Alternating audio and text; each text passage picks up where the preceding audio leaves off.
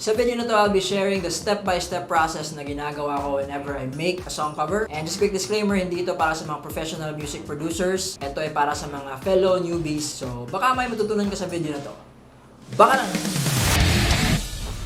Okay, so first things first, let's break down the things na kailangan natin para makagawa ng song cover. First on the list is a microphone. Sa video na to is we'll be using a BM800 condenser microphone. A very cheap one, mga nasa 1,000 sa Shopee. What's good about this mic, particularly this one, is it comes with a phantom power. And next thing is a pop filter.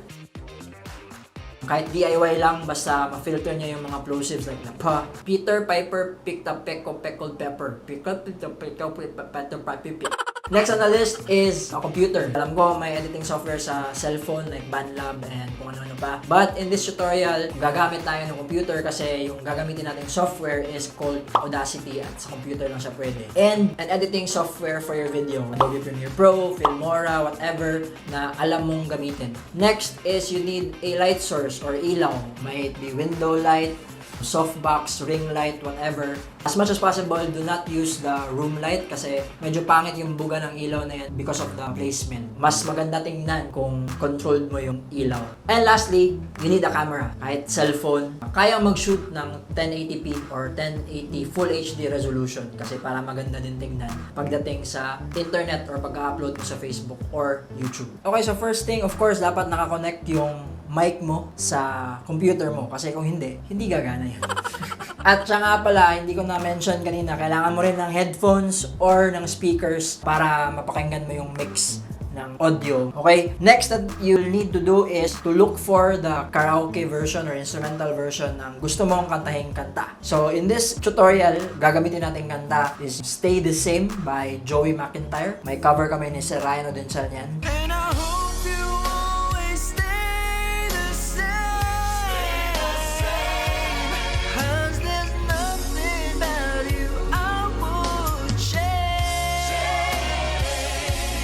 Check nyo lang dito.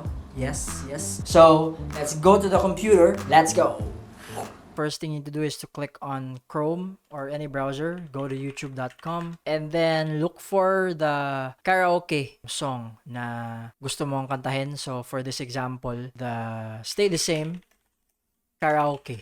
Alright. Ayan. Pakinggan mo lang tong mga results na to kung ano yung trip mo. At ito yung trip ko because napakinggan ko na to kanina.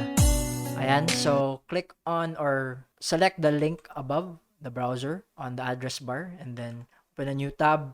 Search for YouTube to MP3 or and use this, YouTube to MP3 converter. Paste the link, click on convert and then click on download and then ida-download ngayon yan ng PC mo. Once ma-download na, you can now open Audacity. So ito yung Audacity. So once you have the Audacity open, click on File, click on Open and then open the instrumental and poof, it became Coco Crunch. So yung mga pula na yan yung clippings. Simply click on the track, click on effect, click on normalize. Ayan. And then click on tracks, click on add new, and then click on stereo track, and you're ready to record your vocals. So just simply click on record.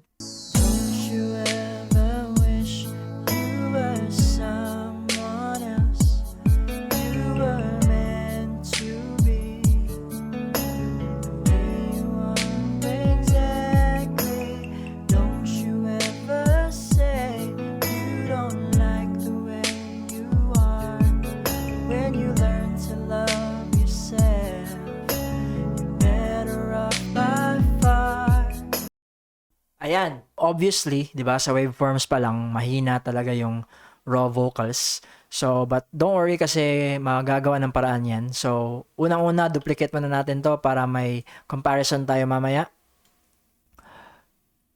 Ayan. So, and then mute natin 'to. So, what I do first is apply a noise reduction. So, ang ginagawa ko, highlight a quiet section, click on effect, click on noise reduction, click on get noise profile para makilala niya or matag niya as noise yung highlight natin. Click on the track again, click on effect, and then click on noise reduction, and then click OK. Ayan, so ginagawa niya, nililinis niya yung vocal track para mawala yung mga noise na highlight natin kanina. Okay? So next naman is papalakasin natin itong vocal track by applying a compressor. Click on the track here, click on effect, click on compressor, and then I leave the settings as is. Kung marunong ka naman mag-edit nito, by all means do so. But for me, the default settings already work. Click on OK. Ayan, so medyo ka-level na sila, 'di ba? But if you look at it here, medyo may clip tayo. So click on effect, click on normalize, and then OK. Ayan. So, pakinggan natin yung na-compress na vocals. Don't you ever wish you were someone else, you were meant to be. Ayan, so medyo okay na siya pakinggan, medyo maganda na yung timpla. Huwag niyo na lang pansin yung pagkasintonado. Next is apply an equalizer para magka-spice yung magka-flavor yung vocals natin. Click on the track, click on effect, click on filter curve. At ito is based sa experience ko in applying EQ sa BM800 tsaka sa boses ko. So, it depends sa anong mic yung gamit mo at yung boses mo. But for me, this one works. So, click on Manage, Factory Presets, Treble Boost. And then, instead of 9 decibels, binababa ko yan to around 4. Ayan. And then click on OK. And then next is I apply a bass boost. Same thing, click on effect, click on filter curve, and then this time manage factory presets, and then bass boost. And then instead of 9, put it down to around 4. Ayan. And then click OK. Ayan. So pakinggan natin. Don't you ever wish you were someone else, you were meant to be.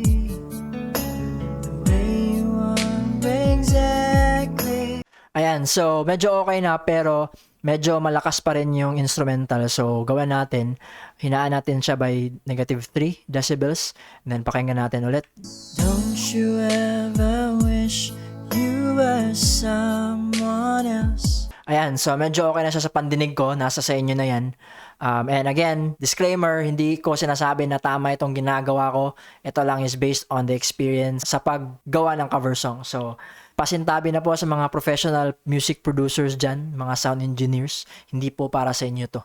Okay. So, after that, to add more spice to it, let's add a reverb. And what I do is, ginagawan ko siya ng duplicate track. Ayan. So, baba natin to.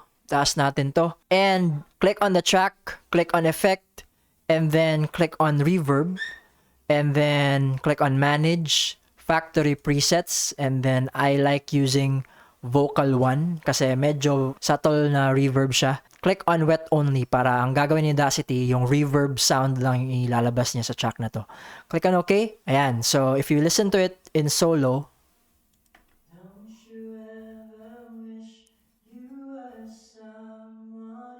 ayan, so yung reverb lang yung nilalabas niya. So, let's listen to it together with the vocals and the instrumental. Don't you ever wish you were someone else. Ayan, next thing that I do is to add a limiter. So, highlight the track, click on effect, click on limiter, and then hard limit, -3 decibels. So, ang mga louder sections, i-minimize niya pa yan. So, click on OK. That's done. After that, my last step is to click on the main vocal track, the original one. Highlight it. Click on Effect. Click on Echo. And then 0.1 for both delay and decay. Click on OK. And magkaka-echo yan ng just a little bit. So, let's listen to it again. Don't you ever wish you were someone else. Ayan, so medyo okay na siya pakinggan. So it started with this. Don't you ever wish you were someone else, you were meant to be. And we ended up with this. Don't you ever wish you were someone else, you were meant to be. Exactly. Don't you ever say you don't like the way you are. When you learn to love yourself, you're better off by Ayan, so that's basically what I do. Gawin natin ngayon is save natin to as MP3 para gamitin natin mamaya when we shoot the video. Alright, so click on File, Export as MP3, and then stay the same cover. Save mo wherever you want. Click on Save. Ayan, so there. Okay, so now that we're done recording the audio and editing the audio ng song cover natin, ang susunod naman na ginagawa ko is to shoot the video. So yung sinave natin na MP3 file, ginagawa ko is piniplay ko yan sa computer ko at pinapakinggan ko siya sa headset para may guide ako sa lip sync kasi nagle-lip sync ako sa video. Ang gagawin ko ngayon is set up ko yung lights at yung angle ko na gusto ko. Alright? So normally, pinoposition ko tong softbox 45 degrees from me or depende sa gusto kong lighting setup, but nasa sa'yo na yan. So ngayon, may window light ako dito. Check nyo yan. Yan, so may window light tayo dyan.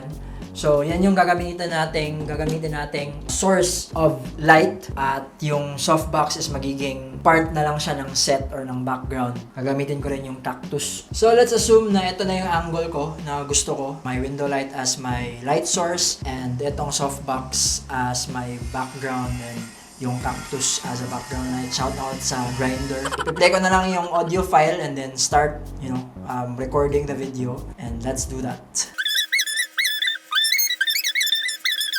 Ayan, so tapos ko nang ma-record yung video. The reason why nagli-lip sync ako at hindi ako nagre-record ng video while recording the audio is marami akong mali. Shout out sa Grindr ulit. Alright, so as I've said, marami akong mali. I do a lot of takes when recording the audio at medyo hassle siya kung pati sa video ulit-ulitin mo, diba? So, might as well finish the entire audio and then nililip sync mo na lang sa video para isang video take na lang. So, now that we're done with the video, let's go back to the computer para i-edit na natin yung video at saka yung audio na na-edit natin kanina sa Audacity. Let's go! Okay, so I have Premiere opened up here at nilagay ko na yung video file, kunwari, nung video na shinoot natin na naka-lip sync tayo. Nandito na rin, na-import ko na rin yung actual MP3 file na nirecord natin with effects. Okay, so lagay natin yan pareho dito sa baba. At ang problema dyan, by default, is hindi sabay yan. So, if papakinggan nyo yan, don't you ever wish. Ayan, so hindi siya sabay, di ba? Yan yung isosolve natin dito sa pag-i-edit, okay? Normally, pwede mong i-synchronize yung dalawang clips na to, but sa case na to, hindi siya gagana kasi yung audio ng video file natin, hindi niya nasagap yung instrumental. So, pakinggan nyo. Don't you ever wish you were someone else. Ayan, it's just my vocals kasi nga naka-headset tayo, diba? Isisync natin siya ng mano-mano. So, which is pretty easy naman. Kailangan mo lang i-timing yung bibig mo. So, let's try to play both. Don't you ever. If you notice, nauna yung edited natin. So, I think dito sila magkakasabay dito sa wavelength na to. So, move natin to ng konti. Ayan, so, try natin. Don't you ever wish you were someone else. Ayan, so sabay na sila, 'di ba? And then kakat ko na lang to. Ang next mong gagawin is i-mute mo ngayon yung audio track ng video file. Mute mo yan para yung naririnig mo lang o naririnig na lang ng tao is yung edited audio. And don't you ever wish you were someone else. You were meant to be. Ayan, sisave ko na lang ngayon yan as a video file. Lalagyan ko ng mga kung ano-anong effects, dissolve, fade to black, and whatnot. And tapos na yung song cover mo. Export mo lang siya as MP4 file. And by the way, advice ko lang sa mga mag-export, always export in 24 frames per second para natural tignan yung video mo sa mata. Don't you ever wish you were someone else. You were meant to be the way you are exactly. Don't you ever say you don't like the way you are. When you learn to love yourself, you're better off by far.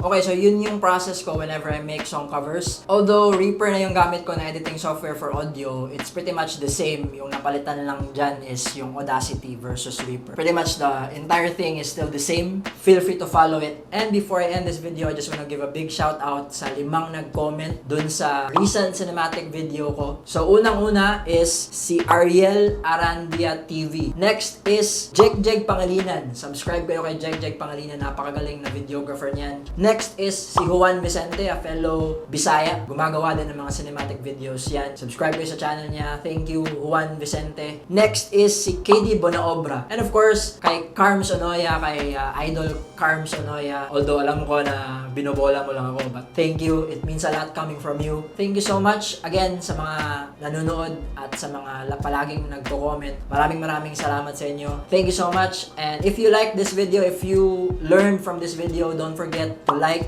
share, leave a comment, and subscribe to the channel. Hit the bell para notified ka sa mga susunod nating videos.